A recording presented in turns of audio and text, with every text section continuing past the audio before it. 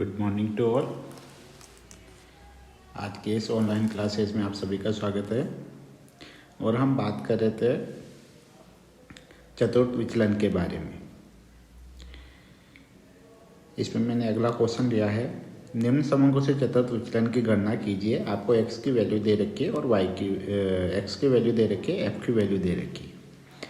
अब देखो, क्वेश्चन को देखने से क्लियर है कि ये जो क्वेश्चन है वो खंडित श्रेणी का क्वेश्चन है, ठीक है, जिसमें x की वैल्यू दे रखी हो, f की वैल्यू दे रखी हो, तो वो क्वेश्चन कौन सा होता है? खंडित श्रेणी का क्वेश्चन होता है, ठीक है।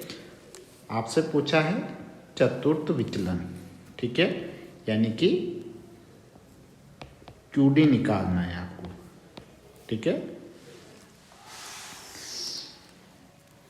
तो देखो, इसके लिए हमें एक तो निकालना पड़ेगा Q1 और एक निकालना पड़ेगा Q3, ठीक है। ये दो चीज़ें हमें निकालनी पड़ेगी। अखंडित श्रेणी का क्वेश्चन है, तो देखो सबसे पहले हमें CF बनानी पड़ती है। क्या बनानी पड़ती है? CF मतलब संचयी बारंबारता।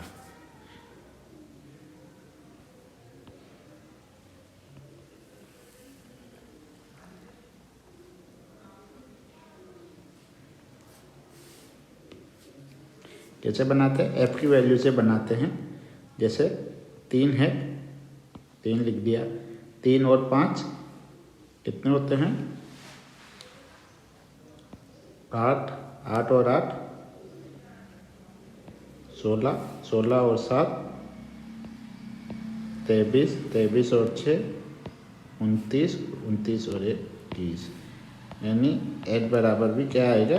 30। n का मतलब क्या होता है? f का टोटल। f का टोटल, इसको n बोलते हैं। n की वैल्यू कितनी आ गई? 30। क्लियर?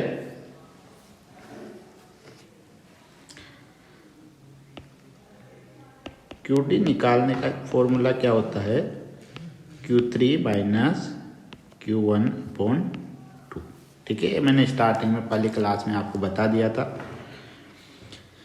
तो QD का फॉर्मूला होता है Q3 माइनस Q1/2। अब सबसे पहले हमें क्या निकालना पड़ेगा? Q1 निकालना पड़ेगा। नेक्स्ट पेज में आ जाते हैं।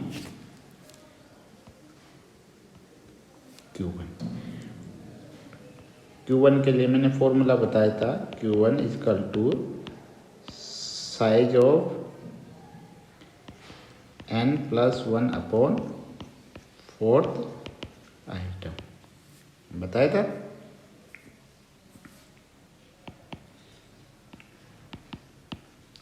साइज ऑफ n की वैल्यू कितनी है यहाँ पर? ये देखो, n बराबर 30 है, तो ले देंगे 30 + 1/4 आइटम। तो कितना आ गया? Size of 31/4।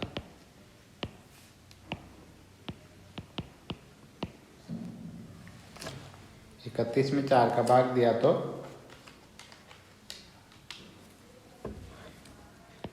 आ जाता है 7.75, ठीक है।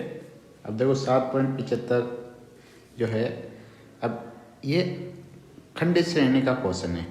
इस वैल्यू को किस में देखेंगे? CF में देखेंगे, और इससे जस्ट बड़ी वाली वैल्यू देखेंगे। देखो 7.75 से जस्ट बड़ी वाली वैल्यू कौन सी है? 8, ये वाली वैल्यू, ठीक है। ये 7.75 से बड़ी है, तो इसके सामने जो x की वैल्यू रहेगी, ये वाली, ये क्या कहलाएगी? Q1 कहलाएगी, ठीक है। इसी को सिलेक्ट कर लो।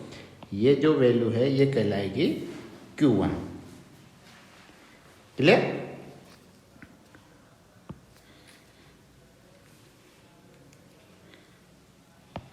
यहाँ लिख देता हूँ मैं, 7.75 को CF में देखने पर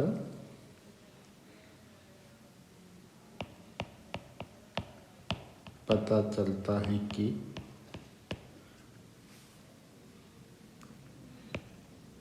Q1 बराबर कितना है 25।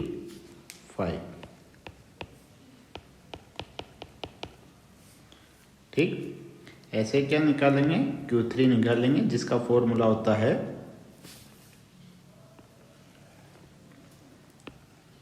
Q3 equal to size of 3n+1/4 item.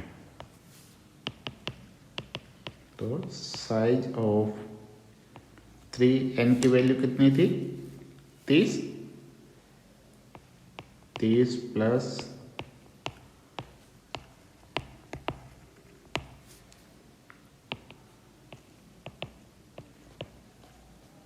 तो कितना आ गया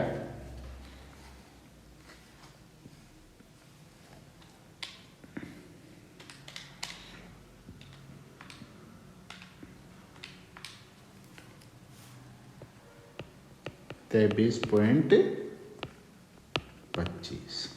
ठीक है, इसको क्या करेंगे सी अपने देखेंगे।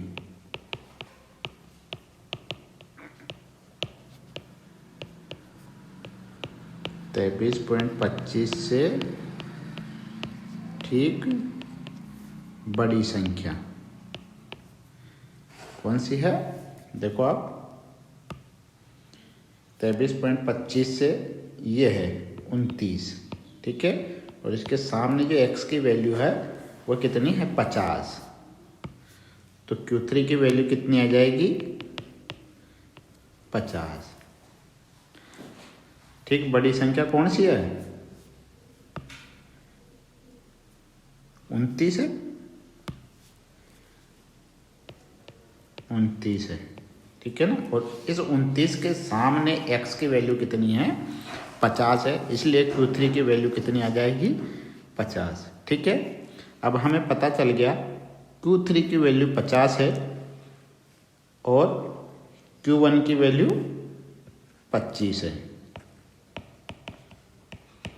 ठीक है, तो वापस आ जाते हैं फॉर्मूले में। QD अब हमें निकालना है, तो Q3 की वैल्यू 50 आई थी माइनस Q1 की वैल्यू 25 आई थी। ठीक है, ये तो आई थी Q3 और Q1 अपॉन 2 बराबर 50 में से 25 गए तो 25 अपॉन 2। तो QD कितना आ गया, QD बराबर 12.5। क्लियर। तो QD निकालने के लिए हमें दोनों वैल्यू निकालनी पड़ती है, Q1 भी निकालना पड़ता है और Q3 भी निकालना पड़ता है। क्वेश्चन जो है खंडित श्रेणी में है, तो देखो आपको क्वेश्चन में x और f की वैल्यू दे रखी थी, हमें क्या बनाना पड़ता है मध्य का निकाले या Q1 निकाले Q3 निकाले, सब में हमें CF बनाना पड़ता है। CF कैसे बनाते हैं, f की वैल्यू से CF बनाते हैं। जैसे स्टार्टिंग में 3 दे रखा है तो 3 लिख दिया, 3 और 5 8 होते हैं, 8 और 8 16 होते हैं, 16 और 7 23 होते हैं, 23 और 6 29 होते हैं, 29 और 1 30 होते हैं। ठीक है, तो n बराबर कितना आ गया 30। n का मतलब होता है इस f का टोटल। ठीक है, तो वो भी 30 आ जाएगा, ये जो वैल्यू यहाँ पर आए 30। क्लियर। उसके बाद QD का फॉर्मूला लिखते हैं Q3 माइनस Q1 अपॉन 2। तो पहले Q3 और Q1 निकालना पड़ता है, तो सबसे पहले निकालेंगे Q1 का फॉर्मूला जैसा कि मैंने बताया खंडित श्रेणी में लगता है size of n+1 upon 4th item. तो n की वैल्यू 30 है, 30 प्लस 1/4, तो लास्ट में कितना आ गया 7.75। अब इस 7.75 को क्या करेंगे हम CF में देखेंगे और इससे जस्ट बड़ी वाली संख्या देखेंगे। तो इससे जस्ट बड़ी वाली संख्या कौन सी है CF में देखने पे हमें पता चला कि 8 इससे जस्ट बड़ी वाली संख्या है। ठीक है, तो 8 के सामने x की वैल्यू कितनी है 25 है, तो Q1 की वैल्यू तो कितनी आएगी 25 आएगी। ऐसा नहीं है कि 8 आएगी, नहीं, ये CF में तो केवल कंफर्म करने के लिए देखते हैं। तो जो हमारे पास 7.75 जो वैल्यू आए उससे जस्ट बड़ी CF में वैल्यू देखेंगे तो वो 8 है, और 8 के सामने x की वैल्यू कितनी है 25 है। इसका मतलब Q1 की वैल्यू कितनी हो जाएगी 25। ठीक है, उसके बाद Q3 का फॉर्मूला भी वही होता है साइज ऑफ 3 इंटू n+1/4। यहाँ केवल मल्टीप्लाई 3 कर देंगे, जैसे इसमें नहीं किया ना, क्योंकि ये 25% पे होता है, 1/4 है ये, और ये होता है 3/4। ठीक है, तो 3 से मल्टीप्लाई कर देंगे, बाकी सेम फॉर्मूला रहेगा। तो इसमें आ जाते हैं लास्ट में वैल्यू 23.25। अब इसको क्या करेंगे हम CF में देखेंगे, और जैसे हमने CF में देखा, इससे जस्ट बड़ी वाली वैल्यू कौन सी है, 29। ठीक है, 23.75 से जस्ट बड़ी वाली वैल्यू 29 आती है। तो 29 के सामने देखेंगे x की वैल्यू कितनी है, 50 है, तो Q3 की वैल्यू कितनी आ जाएगी, 50 आ जाएगी। ठीक है, अब Q3 की वैल्यू हमें पता चल गई 50 है, और Q1 की वैल्यू हमें पता चल गई कि 25 है। तो फॉर्मूले में लिख देंगे 50 - 25/2 होता है। तो फाइनली हमारा QD जो है वह 12.5 आ जाएगा। ठीक है, अब इसका कोफिशिएंट निकालना हो, माना कि अगर आपसे बोल दिया जाए कि इसका कोफिशिएंट निकालो, तो फॉर्मूला क्या होता है, कोफिशिएंट ऑफ QD।